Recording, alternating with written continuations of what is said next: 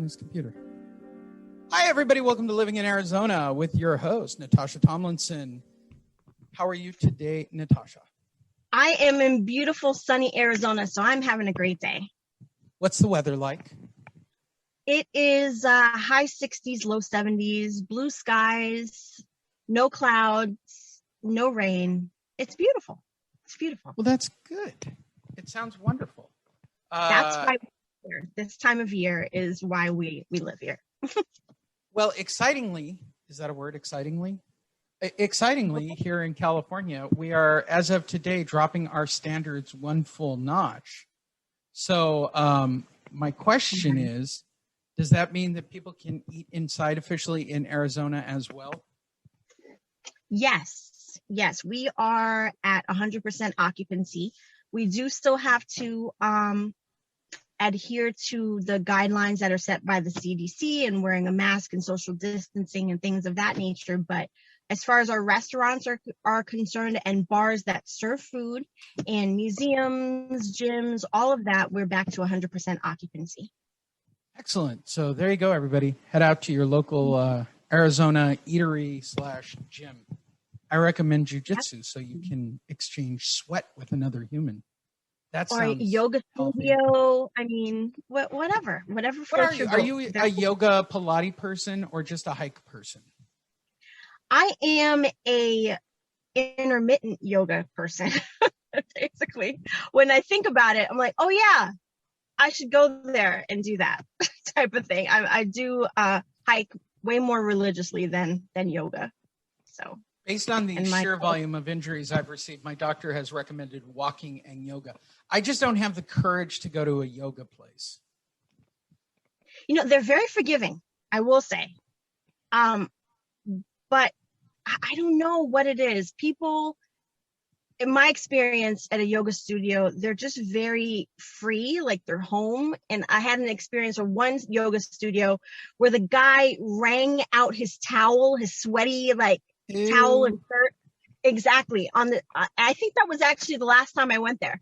I don't think I've been back since.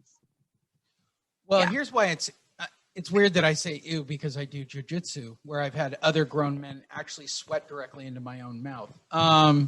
Ew. Special and sauce. I've been asked by people, should I do jujitsu? If you want an injury and have other people sweat into your mouth, it's great. Sweating into Very your healthy. mouth, that's really not a great sales pitch there, Lee, I gotta tell you. Right? I'm trying to scare people off of jiu-jitsu. Maybe it'll get the prices down when I start going back to the gym. Maybe. So funny, though.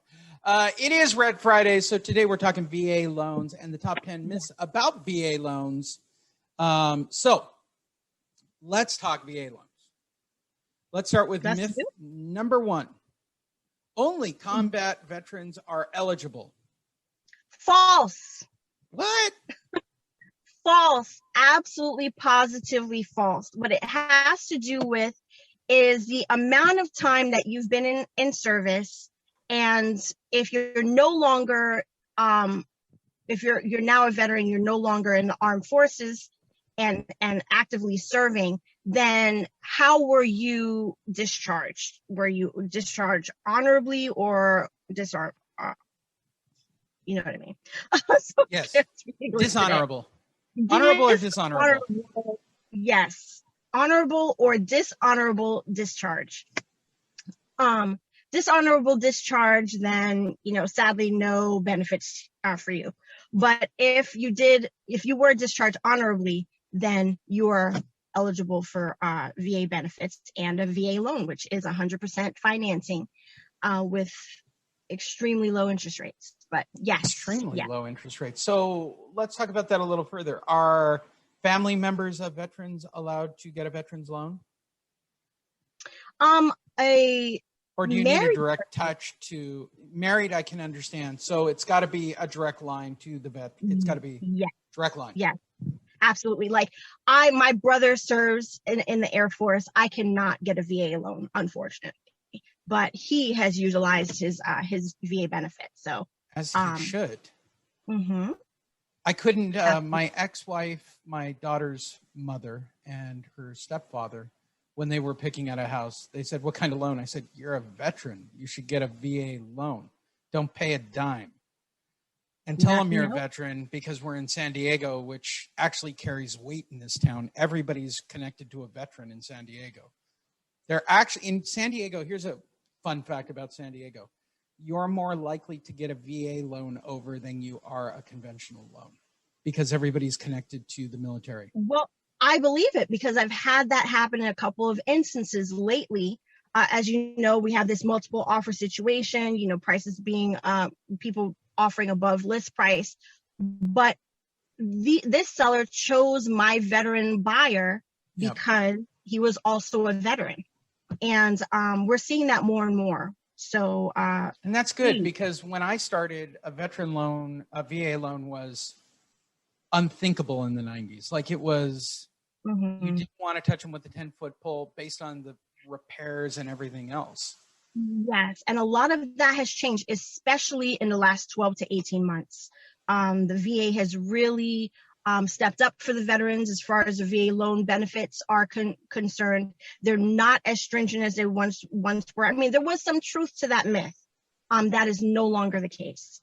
So, which takes us to myth number 2. I need to have perfect credit to get a VA loan. Now, that is absolutely incorrect. Now, the VA has no requirements on credit. Okay, so that's number 1.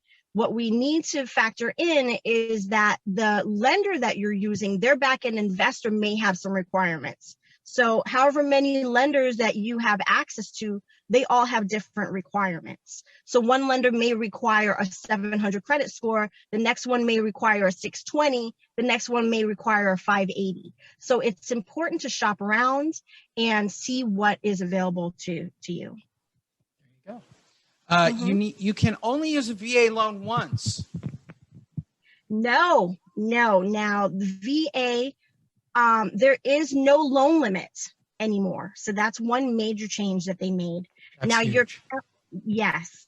your county may have a loan limit, and if so, that loan limit is $548,250. So say you have a primary residence right now that you would like to keep, and then turn around and buy something else. And the loan on that primary residence was, Maricopa County, and you bought in the last 5 years. It's possible it could have been like $200,000. So you still have $348,250 of the loan limit. But really, it's not even a thing, because they raised the there's no cap. So it's there's no cap. You can have more than one, and there's no cap. See, I'm learning things too.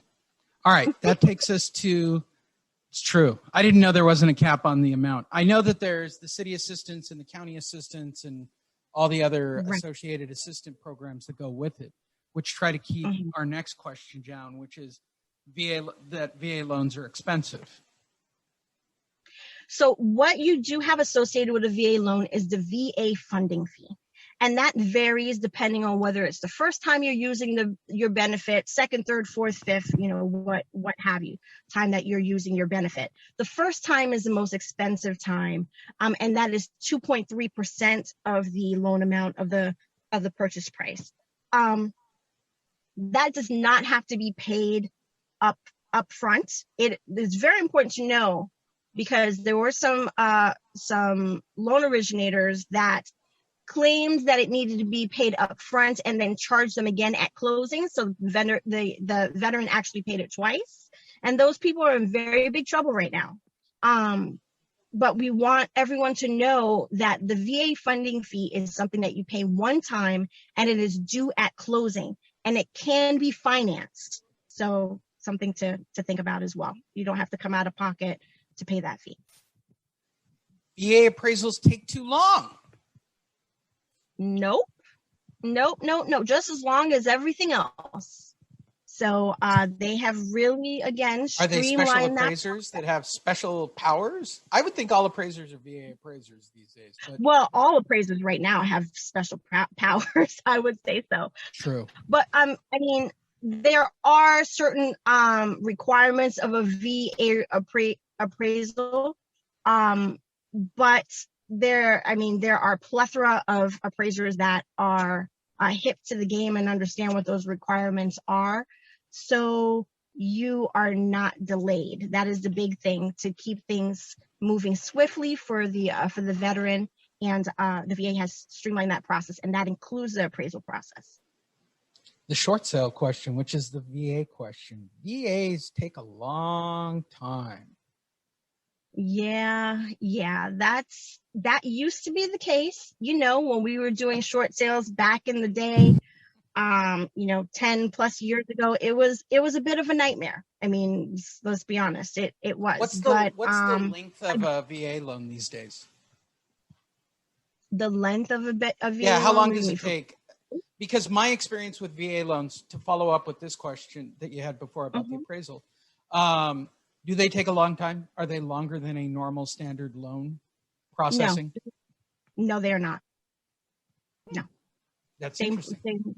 Same processing time. So now VA now has a website, ebenefits.com, and where the veteran can go to get their certificate of eligibility, check on all things related to their VA loan benefits. So there's no longer the case where we have to wait to find out about their eligibility requirements and if that has been met, or any other documentation that an underwriter may need. It's all available on the website, which definitely moves things along pretty swiftly. So when an underwriter or your loan officer says, you're the listing agent, and the buyer's agent's lender says to you, oh, well, we're still waiting on the VA. Well, that's crap.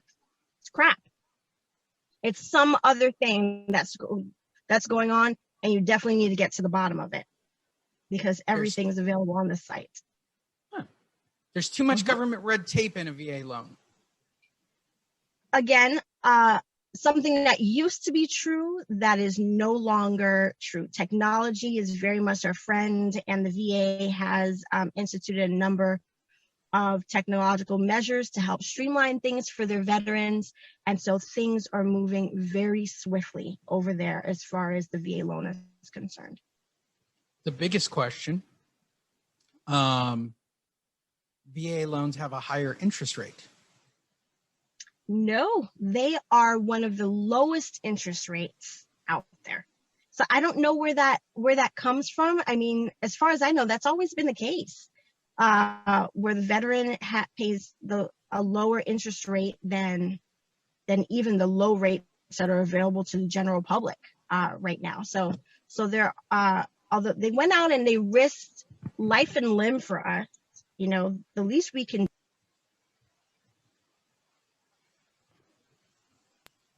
Very least we can do. Very least we can do. I'll follow up with that question. Are these rates, I know with conventional, so I'll ask this about VA. Can you buy down the rate on a VA loan further? You can. I would watch that though, because there's only so far as they're going to go. They're not going to go to zero. And True. The rates are already extremely low. So I would watch that. Interesting. I didn't know you could buy down a VA rate. That's an actual, again, I'm learning. The occupancy rule is too hard for deployed troops. So if a troop is deployed, there is a stipulation with a VA loan that you have to occupy the property within 60 days of the loan closing, but that can be extended out to 12 months. So that makes it easier. So if it's a family, okay. So here's the follow-up. So if it's a family member or a husband buying it while he's actively deployed, does the family qualify as move-in? Yes, they do. That would make sense, right? Yes, exactly. Okay. The family qualifies. Members of the Reserve or National Guard aren't eligible? ? They are all members of our veteran population. Armed forces are eligible as long as you received an honorable discharge. Now, you also have to be aware of the time that you were in service. Like, you can't be there for a day and then receive benefits. Okay, you have to see. So it depends on how long you were in service and how long you were deployed, and understand that the training time, the time that you were in training, does not count. So a lot of times, some they spend a perpetual amount of time in training for one thing or another, because there's schooling and other benefits that are available to our veteran population. But that does not count toward your clock and the time needed for the VA loan benefit. I think that includes Coast Guard as well. So it would be Coast Guard as well. It would be Coast Guard as well. There you guys go. You can only have one VA loan at a time. Not true. Not true. You could, in theory, have a property that you bought your first home on a VA loan, and you decide, I don't want to sell that property. I want to keep it as an investment property. You rent it out, and then you buy the next home with a VA loan. It's perfectly acceptable and within the regulations to do that. See, now that one I for sure didn't know. I would have thought that they had a stipulation of owner-occupied only. Well, the next home that you buy has to be owner-occupied, but you already occupied the other property for a certain period of time. So that's been satisfied. Yep. And I'll bet you it's something like 2 years. That seems like a number that sticks in my mind. Usually with all these requirements. Yeah, exactly. FHA, VA, it's usually like a 2 year period. So what you also have to be mindful of, what was I going to say? I lost my, Sorry. But yeah, it'll come back to me. Is the window slightly down? I don't want you to It isn't. Maybe that's what it is, because I didn't. Right. Right. Only I would know something like that. Okay, that's what is it? Nitrogen poisoning or whatever that is. Oh my goodness.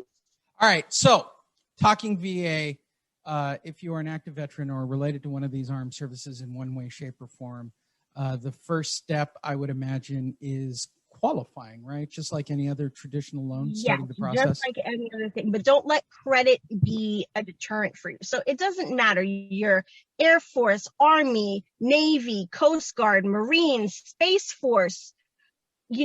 Really? Yes. Did you really say Space Yes, Force? I did. Yes, I did. Yes, I did. Please know that you are eligible for VA benefits, and check your eligibility and the amount of time that you've been in combat, deployed, in service, to see if you're that's the only thing that really holds you up, is the way you were discharged and the amount of time that you were with your particular branch. The one other thing, now you can correct me on this. It would seem that if I'm qualifying or making this call to you and I go to your loan person, who I'm sure is an expert, why wouldn't I qualify at the same time for an FHA at the same time? Like FHA seems to be about the same requirements. They are, but they're more expensive because you don't have any PMI, private mortgage insurance, with a VA loan. But you do with FHA, and you have the upfront charge with FHA, and then you have the monthly charge as well. And that is for the life of the loan. That can no longer falls off after a certain number of payments or a certain amount of equity. You either have to sell the property or refinance with an FHA loan. So it is more expensive. The rate is higher with an FHA loan. Now, it's a common misconception. I've heard it many, many times. Oh, well, I'm going to qualify conventional FHA instead of VA because the seller will not accept my VA loan, and that is a matter of education. It's a matter of education on the agent's part to educate the other party as to what the VA loan is and what those requirements are. And sometimes even showing them, hey, this is what you're asking me to do, is put down a significant amount more in down payment, pay a significant amount more in fees in order to obtain that property, Mr. Seller. People don't understand exactly what they're asking of you. So when you explain it to them in terms of dollar and cents and show it to them on paper, a lot of times people they come to their senses is essentially what it is. With that said, I call the gotta crack number. a window. Yeah, I understand. With that said, call the number on the screen if you're a veteran and you're interested in purchasing a house. Not to mention, Natasha loves driving around and looking at houses. Loves it. She loves being a buyer's agent. Loves it. People who love being a buyer's agent. I have someone on my team who's a buyer's agent and just so excited when we are looking at stuff. We've been looking for commercial and she loves it. I'm like, I'm so irritated after 3 places. Really? Like, how do you people enjoy this? The thing is, I'm enjoying my client's experience is what it is. They're super excited. And, it's just, I just get excited along with them. Why not? Right? There's enough things in the world to be worked up about. And I choose to put my focus there. God bless you people. God bless buyer's agents. God bless that group of human beings. If you guys didn't exist, I don't know where real estate would be. It's just, oh, what a group of people. I don't know how you guys do it. I don't know how you do it. And here's a recommendation from me. Make sure your buyer's agent is female. Yes, I said it. It was a sexist answer. They're better at it. They are. There's no way you want a guy as a buyer's agent. No way. No, I will tell you, don't discriminate. I will take your listing and I will sell the hell out of it, right? Okay. I will get you top-dollar multiple offers. Don't get me wrong. We're men discriminating. That's a first for any show I've ever done. Oh my gosh, that's the best. Man discriminating. And now seller discrimination. Oh, so good. So good. Oh, goodness. I'm writing these all down for a later show. First and foremost, call Natasha. It's the number on the screen. Click on the website below. Just call her, talk to her, and start the process. It's as simple as that. Is there anything you'd like to add for this week?